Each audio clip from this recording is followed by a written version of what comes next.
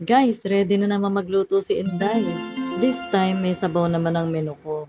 Para maiba naman, di ba? At pag Wow! manok ang iluluto, kailangan unahin ang luya. Matigas talaga ulo ni Inday. Sinabi ko na nga sa kanya, unahin dapat ay ang sarili, charot. Ito na yata ang pinakamadaling luto sa manok. Pagkagisa ng luya, bawang at sibuyas, lalagyan lang ng patis.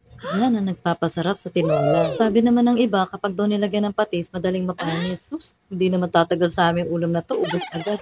Pagkalagay ng manok, halu-haluin lang natin at syempre tatakpan muna para kumulo. Napakadali talaga magpakulo sa video. O tingnan nyo, kumulo na agad.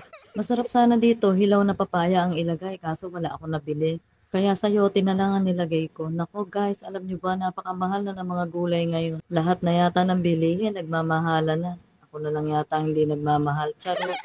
Pagkalagay ng tubig, tatakpan ulit natin yan para kumulo ulit. At nung kumulo na, nilagay ko na ang malunggay. At alam nyo ba guys, galing pa yan sa kapitbahay. Shout out Ate SP. Salamat sa Wonder Gulay. Naglagay din ako ng sili dito para may konting anghang. Wow! Tatakpan lang ulit natin yan at pag kumulo na, pwede nang ulit tikman ni Inday. Hindi pa magpapahalata yan pero napaso yan. Pero sobrang sarap talaga pag may patis. Luto na ang aking tinolang manok. O kain na tayo mga ka-boys.